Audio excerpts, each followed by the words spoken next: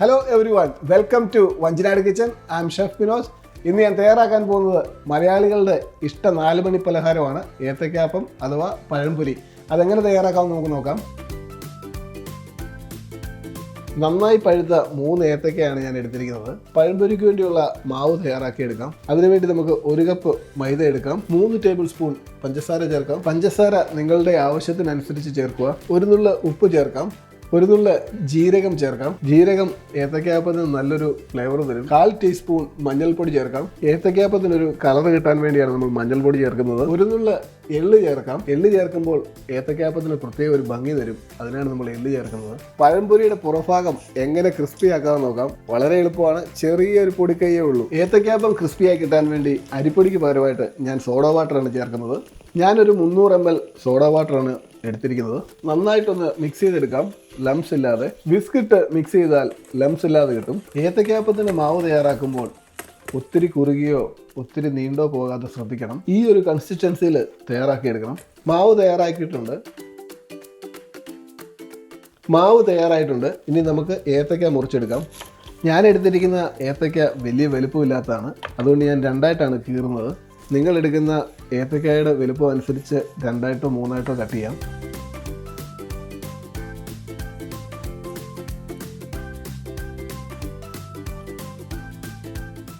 ഏത്തയ്ക്കൊക്കെ നമ്മൾ മുറിച്ച് വെച്ചിട്ടുണ്ട്. ഇനി നമുക്കൊരു പാൻ വെച്ച് എണ്ണയൊഴിച്ച് ചൂടാക്കി എടുക്കാം. ഏത്തയ്ക്കാപ്പം വറക്കുമ്പോൾ വളരെ ശ്രദ്ധിക്കണം. മീഡിയം ടെമ്പറേച്ചറിൽ വെച്ച് ഏത്തയ്ക്കാപ്പം വറുത്തെടുക്കാവുള്ളൂ. ഇല്ലാന്നുണ്ടെങ്കിൽ അകഭാഗം വേഗത്തുമില്ല, പുറഭാഗം കരിഞ്ഞു പോവുകയും ചെയ്യും. എണ്ണ നന്നായിട്ട് ചൂടായിട്ടുണ്ട്. എണ്ണ ചൂടായോ എന്നറിയാൻ 1 ഡ്രോപ്പ് മാവ് നമ്മൾ ഒഴിച്ചു കൊടുക്കണം. മാവ് മുകൾ ഭാഗത്ത് വന്നാൽ എണ്ണ ചൂടായെന്നാണ് അർത്ഥം. ഏത്തയ്ക്കാപ്പം ഉണ്ടാക്കുമ്പോൾ മുറിച്ച് വെച്ചിരിക്കുന്ന ഏത്തയ്ക്ക അല്പം മൈദയിൽ മുക്കി ഡസ്റ്റ് ചെയ്തെടുത്ത് ബാറ്ററിൽ മുക്കി വറുത്തെടുക്കണം. അങ്ങനെ ചെയ്യുമ്പോൾ ബാറ്റർ കൃത്യമായിട്ട് ഏത്തയ്ക്കായിൽ പിടിച്ചിരിക്കും. പഴംപൊരി നല്ല ക്രിസ്പിയായിട്ട് കാണുന്നുണ്ടല്ലോ. ഏത്തയ്ക്കാപ്പത്തിൻ്റെ പുറഭാഗമൊക്കെ നല്ല കൊമളയായിട്ട് വന്നിട്ടുണ്ട്. അത് നമ്മൾ സോഡ ഉപയോഗിച്ചുകൊണ്ടാണ്. ഒരു സൈഡ് നന്നായിട്ട് വെന്തിട്ടുണ്ട്. നമുക്കിനി തിരിച്ചിട്ട് കൊടുക്കാം. ഏത്തയ്ക്കാപ്പം റെഡി ആയിട്ടുണ്ട്. നമുക്കിനി കോരിയെടുക്കാം.